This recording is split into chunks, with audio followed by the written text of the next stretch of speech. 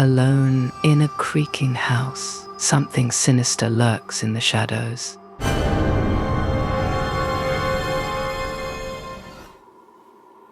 The pounding on the front door came out of nowhere. It wasn't a knock. It was frantic and heavy. I was home alone. My parents were out for the night. At first, I thought it was my imagination or maybe the wind. But the pounding came again, louder, more desperate. My heart started racing as I froze on the couch. Who would come to our house this late? And why did it feel like whoever it was wanted to break in? It was supposed to be a quiet night. I had a movie queued up, snacks piled on the coffee table, and my phone in hand scrolling through Reddit horror threads for fun. I didn't think anything of it when I saw the post about Home Alone horrors. People shared creepy, harmless stories of hearing strange noises or finding doors unlocked. I laughed at some of the posts, but when the noise started at my house, everything felt different. I muted the TV and strained my ears, listening. The house was silent except for the faint hum of the fridge. I tried to shake off the paranoia and went to check the peephole. I figured it was just a neighbor or someone lost, but when I peeked through, no one was there. That's when my phone buzzed. A notification from an unknown number popped up on my screen. "Why aren't you answering the door?" I froze. The hair on the back of my neck stood up. How did they know I was here? My first thought was that this had to be some cruel prank. Maybe one of my friends was messing with me. I texted my best friend Sarah. "Are you outside my house right now? Not funny if you are." She replied immediately, "What are you talking about? I'm at home." Before I could process her response, another notification appeared. This one had no text, just a photo. It was a picture of my front porch taken seconds ago. I backed away from the door, my mind racing. Someone was out there watching me. My instincts screamed at me to lock everything down. I double-checked the locks on the front door, ran to the kitchen to lock the back door, and drew all the blinds. But as I closed the blinds in the living room, I saw something in the yard. A figure.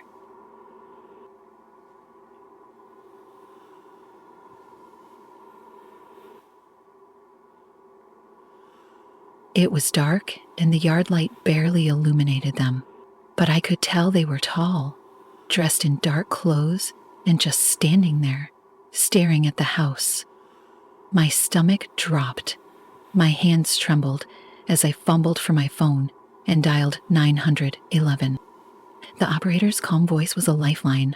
I whispered, "There's someone outside my house. I'm home alone, and they won't leave." She told me to stay on the line and stay hidden. I retreated to my bedroom and locked the door. Minutes felt like hours. I could still hear faint movements outside. The sound of leaves crunching, footsteps circling the house. Then the faint jiggling of the back door handle. My breath caught. They were trying to get inside. The operator reassured me that the police were on their way, but it didn't feel fast enough. Every noise outside amplified. I imagined them breaking through a window or kicking down the door. My heart felt like it would burst out of my chest. Suddenly, silence. No footsteps. No door handles rattling. Just an eerie stillness. I pressed my ear to the bedroom door, straining to hear anything, when I noticed something that made my blood run cold. My bedroom window. It was slightly open. I hadn't touched it all day. I knew it had been shut. Before I could react, I heard a creak behind me. My closet door. It was open, just a crack. I stared at it, paralyzed as the realization hit me.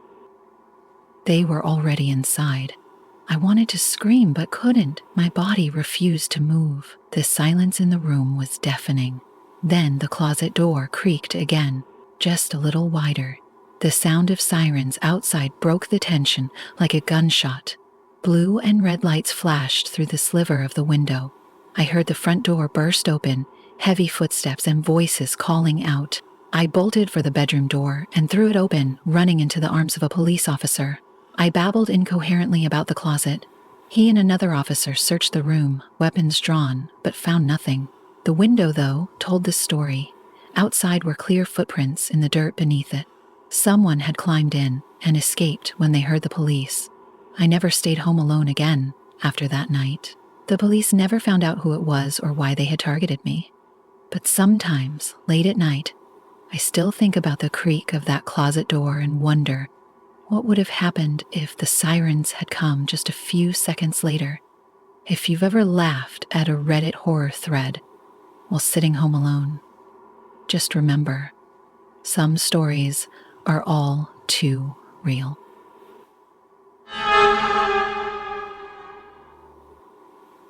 The first time I heard the footsteps, I thought it was my imagination. It was late. I was home alone, and the creaks from the upstairs floorboards sounded distant, too faint to be real. I turned up the volume on my headphones and told myself it was nothing, but then I heard them again. I froze. My heart started pounding in my chest. The sound was unmistakable now. Slow, deliberate steps moving from one side of the house to the other. The kind of sound that doesn't happen unless someone is up there. I wanted to believe it was just the old house settling. That's what people always say about these sounds, right? But something about the rhythm, the way it moved, it wasn't random. It was someone walking. The night had started out normal. My parents were out for dinner. I had the place to myself. I'd ordered pizza, binge-watched my favorite show, and then scrolled through Reddit looking for creepy stories to freak myself out. I had laughed at some of them, rolling my eyes at the predictable twists. But now, sitting in the silent house, I didn't feel like laughing. I glanced at the clock, 11:47 p.m., too late for a visitor. And if it was my parents, they wouldn't be sneaking around upstairs. Summoning all my courage, I tiptoed to the staircase and looked up. The lights were off up there. Just a stretch of darkness that felt too still, too quiet. Hello? My voice came out shaky, too soft. I hated how scared I sounded. No response. I stood there for what felt like forever, listening, straining my ears to catch the slightest sound. And then it came again, the creak of a floorboard. Someone was up there. I backed away from the stairs. My breathing was shallow, my pulse hammering in my ears.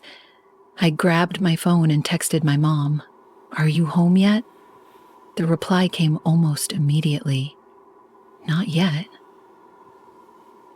Everything was not okay. I wanted to run outside, get out of the house and call for help. But what if I was overreacting? What if there's nothing there? The thought of the police showing up and finding nothing made me hesitate.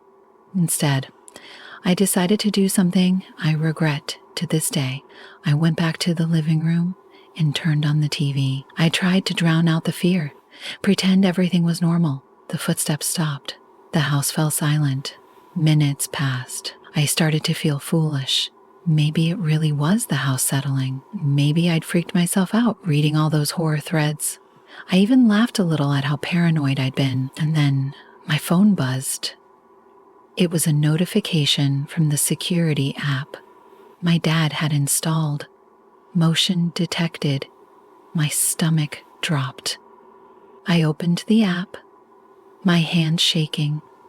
The live camera feed showed the upstairs hallway, dimly lit, empty. But then I saw it. A shadow moved across the screen. I froze, staring at the screen, willing the shadow to be something harmless, but it moved again, and this time, I could see the outline of a person. My breath caught. The app buzzed again. Another notification. Motion detected at the back door. I turned around. My eyes locked on the kitchen. The blinds were drawn, but I could hear something. The faint sound of the doorknob rattling. I bolted for the front door, my hands fumbling with the lock. I flung the door open and ran outside, my bare feet slapping against the cold pavement as I sprinted to the neighbor's house. They let me in, called the police, and stayed with me until they arrived. When the officers searched the house, they found the back door unlocked, muddy footprints leading from the door to the stairs, and a single message scrawled on the living room mirror in something red. "You're lucky you left." They never found out who it was or how they got inside. To this day, I can't be home alone without feeling like I'm being watched. And every time I hear the faintest creak of a floorboard, I freeze, wondering if the footsteps are coming back.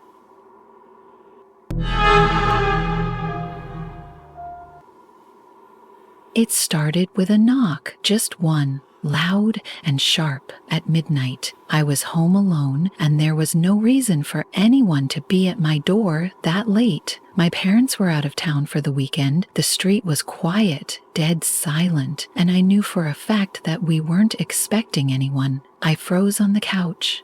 My eyes darted to the door. The knock came again. This time softer, more deliberate. My stomach twisted as I stared at the doorknob, willing it not to turn. I tried to convince myself it was nothing. Maybe a prank. Maybe someone at the wrong house. But then came the sound I'll never forget. Scratching, fingernails or something sharp dragging down the wood of the door. Slow and steady. I felt a shiver crawl up my spine. My first instinct was to turn off the TV, dim the lights, make it look like no one was home. But I hesitated. What if they already knew I was inside? What if they were watching me? I picked up my phone, my hands trembling. I texted my best friend, "Someone's at my door. What do I do?" The reply came almost immediately. "Call the cops. Don't open it." Before I could dial 911, the knocking turned into pounding.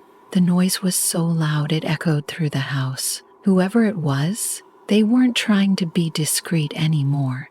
My heart raced as I tiptoed toward the door. I thought about looking through the peephole, but something about the thought of seeing who was on the other side made me stop. Instead, I whispered through the door, "Who's there?"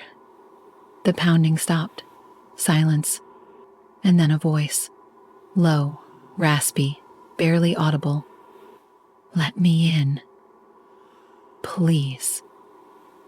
My blood turned cold. I stepped back from the door, shaking my head. This couldn't be real. No one I knew would show up like this. And that voice? It didn't sound right. There was something off about it. I backed away to the kitchen, grabbed a knife. My mind raced with what to do next. The voice called out again, louder this time. "Let me in. I know you're there." Panic set in. I couldn't move. I couldn't think. All I could do was stand there, gripping the knife, staring at the door like it was about to burst open. Then my phone buzzed. It was a text from my mom. "Everything okay at home?" I didn't know what to tell her. Should I call her? Should I call the cops? Before I could decide, the voice outside changed. It was no longer calm. It was angry, desperate. "Let me in!" The pounding started again, harder, faster. My breath hitched as I ran to the living room and turned off the lights. I crouched behind the couch, my phone still in my hand. I dialed 101 and whispered to the operator, "Someone's trying to break in. I'm home alone." She told me to stay on the line, stay quiet. Help was on the way. But then something happened that made my blood run cold. The pounding stopped. I waited, listening, trying to hear any sign that they were still there. But it was silent, too silent. Then came the sound of a window shattering. They were inside. I clamped my hand over my mouth to keep from screaming. The operator kept telling me to stay calm, to stay hidden, but every instinct in my body screamed at me to run. I heard footsteps, heavy and deliberate, moving through the house. The sound grew louder, closer. I tightened my grip on the knife, tears streaming down my face. I felt like I was trapped in a nightmare I couldn't wake up from. The footsteps stopped just outside the living room. I held my breath. And then I heard it, the sound of the front door slamming open, voices yelling. The police had arrived. They found me curled up behind the couch, shaking and crying. They searched the house, but whoever had broken in was already gone. The only thing they found was a knife lying in the middle of the hallway, and scratched into the inside of the front door was a single word: why? To this day, I don't know who it was or what they wanted, but every time I hear a knock at the door when I'm home alone, I feel that same cold dread. And I wonder if one day they'll come back.